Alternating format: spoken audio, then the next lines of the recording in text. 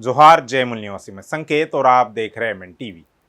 तमिलनाडु में सत्तारूढ़ द्रविड़ मुनेत्र कज़गम यानी डीएमके ने भारत के विधि आयोग को पत्र लिखकर प्रस्तावित समान नागरिक संहिता यानी यूसीसी पर अपनी कड़ी आपत्ति दर्ज कराई है और भारतीय जनता पार्टी के नेतृत्व वाली केंद्र सरकार से इसे लागू नहीं करने की सिफारिश भी की है।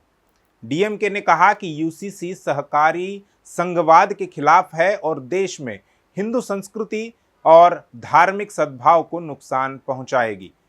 पार्टी ने विधि आयोग को जवाब दिया है जिसने यूसीसी के कार्यान्वयन के बारे में जनता से राय मांगी है। हिंदुस्तान टाइम्स की एक रिपोर्ट के मुताबिक डीएमके महासचिव दुरुईमुरुगन ने एक बयान में कहा कि सभी धर्मों के लिए समान नागरिक संहिता लाने से पहले हमें जातिगत भेदभाव और अत्याचारों को खत्म करने के लिए एक समान जाति कोड की आवश्यकता है। उन्होंने कहा कि सत्तारूढ़ भाजपा का एक राष्ट्र, एक भाषा, एक संस्कृति का जुनून अब एक समान नागरिक संहिता में बदल रहा है। तमिलनाडु में भाजपा की सहयोगी पार्टी ऑल इंडिया अन्ना द्रविड़ मुनेत्र कज़गम यानी एआईएडीएमके ने भी अपना रुख बरकरार रखा है कि वे यूसीसी का समर्थन नहीं करते हैं। भाजपा की राज्य इकाई ने पहले प्रतिक्रिया व्यक्त की थी कि उन्हें उम्मीद है कि अन्ना द्रमुक अपनी स्थिति बदल देगी और यूसीसी को अधिनियमित करने के लिए सभी दल एक साथ आ सकते हैं। सत्तारूढ़ डीएमके ने कहा सभी संप्रदायों के नागरिकों के अधिकारों पर यूसीसी का व्यापक प्रभाव देखने को मिलेगा और इसका राज्य में धार्मिक लोकाचार, कानून व्यवस्था, शांति व स्थिरता पर संभवतः विनाशकारी प्रभाव पड़ेगा। तमिलनाडु की आबादी में 87% एससी एसटी ओबीसी है जिन्हें ब्राह्मणवादी हिंदू कहते हैं, 7% ईसाई और 6% मुस्लिम है। दुरुईमुरुगन ने कहा कि राज्य को सभी धर्मों के शांतिपूर्ण सह अस्तित्व के लिए स्वर्ग के रूप में वर्णित किया जहां सांप्रदायिक हिंसा लगभग न के बराबर है। उन्होंने कहा कि राजनीतिक लाभ के लिए यूसीसी जैसे विभाजनकारी कानून की शुरुआत तमिलनाडु में धार्मिक समूहों के बीच शांति, स्थिरता और सद्भाव को बिगाड़ देगी, इसलिए यह जनता के हित में वांछनीय है। उन्होंने आगे कहा जातीय या धार्मिक समूहों के बीच संघर्ष से भयानक हिंसा हो सकती है जैसे मणिपुर राज्य में हुई है जिसे केंद्र और राज्य सरकार आज तक नियंत्रित करने में असमर्थ रही है। बीते जून महीने में जब से प्रधानमंत्री नरेंद्र मोदी ने यूसीसी पर जोर देते हुए भाषण दिया था तब से डीएमके आग्रह कर रही है कि पहले हिंदुओं के बीच एकरूपता लानी होगी।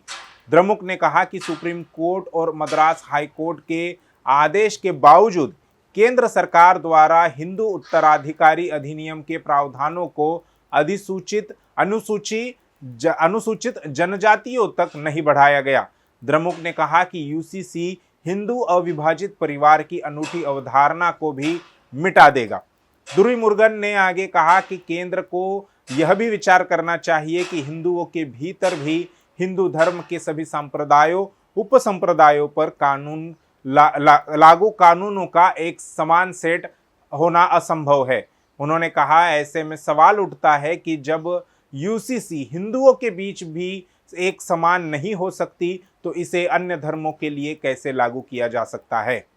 डीएमके ने विवाह और तलाक पर राज्य की विधायी क्षमता के बारे में भी चिंता जताई क्योंकि केंद्र और राज्य सरकारों दोनों के पास वर्तमान में भारतीय संविधान में समवर्ती सूची की प्रविष्ट 5 के तहत शक्तियां हैं। पार्टी ने कहा कि यदि कानून बन जाता है तो समान नागरिक संहिता भारत के सभी नागरिकों पर लागू होगी और भारत के राष्ट्रपति की सहमति मिलने के बाद भी राज्यों द्वारा इसमें बदलाव नहीं किया जा सकता है। डीएमके ने कहा कि केंद्र की तुलना में राज्य सरकार लोगों के करीब होने के कारण लोगों की जरूरतों का आकलन करने में बेहतर स्थिति में है। डीएमके ने कहा कि ऐसी परिस्थितियों में अपने लोगों की जरूरतों के अनुरूप कानून बनाने की राज्य की शक्ति को छीनना असंवैधानिक और सहकारी संघवाद के सिद्धांतों के खिलाफ है।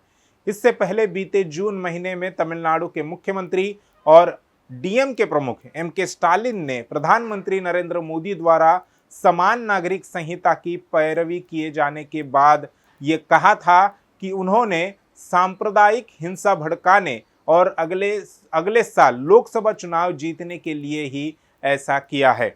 स्टालिन ने कहा था कि प्रधानमंत्री नरेंद्र मोदी का कहना है कि देश अलग अलग धर्मों के लिए अलग अलग कानून की दोहरी व्यवस्था से नहीं चल सकता। उनका विचार सांप्रदायिक तनाव और कानून व्यवस्था की समस्या पैदा करता है।